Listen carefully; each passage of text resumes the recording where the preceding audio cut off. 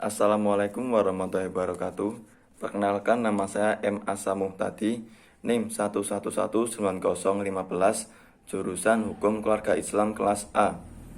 Di sini saya akan menerangkan sedikit tentang peradilan pada masa pertama, peradilan pada masa Rasulullah, peradilan pada masa Khalifah, peradilan pada masa Bani Umayyah, peradilan pada masa Bani Abbasiyah, dan yang terakhir adalah peradilan pada masa Turki Utsmani.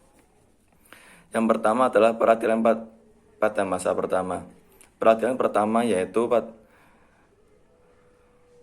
pada masa Nabi Daud dan Nabi Sulaiman, di mana kodi-kodi atau hakim-hakim selanjutnya apabila akan mengutuskan suatu perkara harus mendengarkan pendapat dari Nabi Daud dan Nabi Sulaiman. Kemudian yang kedua yaitu peradilan pada masa Romawi, Persia, dan Mesir kuno.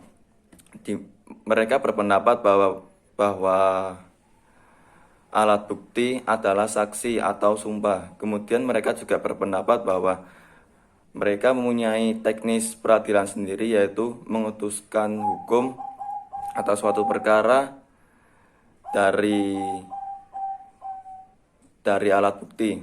Kemudian yang ketiga adalah peradilan pada masa Jahiliyah, di mana peradilan ini tidak bersumber dari undang-undang atau peraturan-peraturan, melainkan bersumber dari adat istiadat dari leluhur-leluhur yang diwariskan.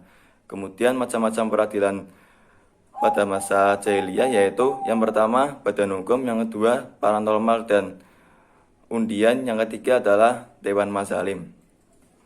Kemudian peradilan pada masa Rasulullah, yang pertama struktur peradilan pada masa Rasulullah adalah yang pertama Rasulullah merupakan hakim atau al-qadi pertama pada masa Islam. Kemudian yang kedua strukturnya Rasulullah mengutus wali ke kota-kota untuk menjadi majelis peradilan.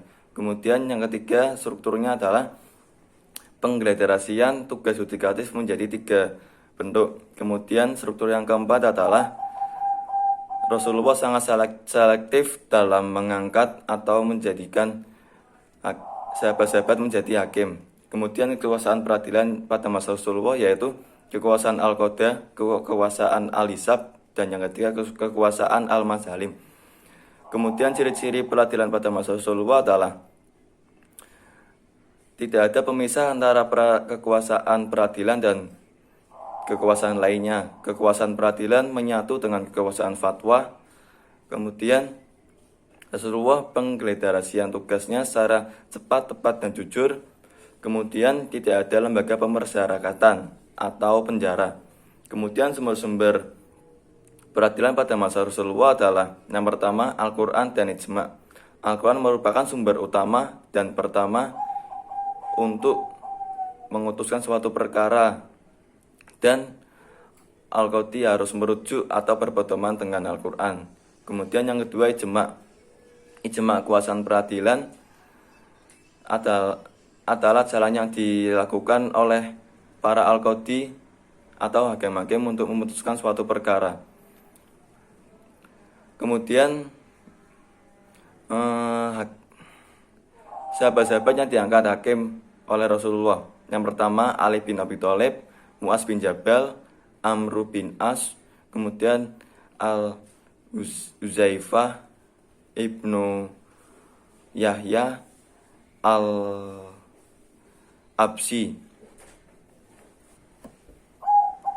Kemudian yang ketiga adalah peradilan pada masa Khalifah atau Khulafaur Rasyidin. Yang pertama adalah Khalifah Abu Bakar As-Siddiq, di mana peradilan ini tidak jauh dari peradilan pada masa Rasulullah, atau bisa disebut peradilan pada masa Abu Bakar As-Siddiq sama saja dengan peradilan pada masa Rasulullah. Tidak ada perbedaan atau perkembangan. Kemudian peradilan pada masa Bani Umayyah. Peradilan pada masa itu mengalami pemisahan tugas, yaitu tugas eksekutif dan yudikatif, dikarenakan semakin luasnya wilayah pada masa itu. Kemudian peradilan pada masa Utsman bin Affan. Peradilan ini tidak jauh dengan peradilan Umar bin Khattab, yaitu tidak ada perkembangan dan perubahan-perubahan, melainkan peradilan pada masa Utsman bin Affan akan sedikit mengembangkan. Kemudian yang terakhir peradilan pada masa Ali bin Abi Thalib. Peradilan pada masa ini tidak bisa mengembangkan hukum-hukum karena kondisi kotanya yang tidak stabil dan juga dikarenakan tragedi pembunuhan Utsman bin Affan. Berikutnya adalah peradilan pada masa dinasti Umayyah. Yang pertama, secara singkat, dinasti Umayyah. Dinasti Umayyah berdiri kurang lebih selama 91 tahun dengan 14 orang khalifah. Khalifah pertama yaitu Muawiyah bin Abu Sufyan. Kemudian bentuk-bentuk peradilan pada masa dinasti Umayyah adalah yang pertama Al-Qadah, yaitu penyelesaian masalah-masalah atau perkara-perkara yang berhubungan dengan agama. Kemudian yang kedua Al-Hisab, penyelesaian masalah atau perkara-perkara yang meliputi perkara pidana. Kemudian yang ketiga adalah Al-Nazar fi Al-Mazali, di mana lembaga ini adalah lembaga mahkamah tinggi atau lembaga banding. Kemudian yang ketiga adalah hakim-hakim yang diangkat oleh dinasti Umayyah atau hakim-hakim yang terkenal pada masa dinasti Umayyah. Yang pertama adalah Al-Qadhi Surai, yang kedua Al-Qadhi Al-Asabi, yang ketiga adalah Al-Qadhi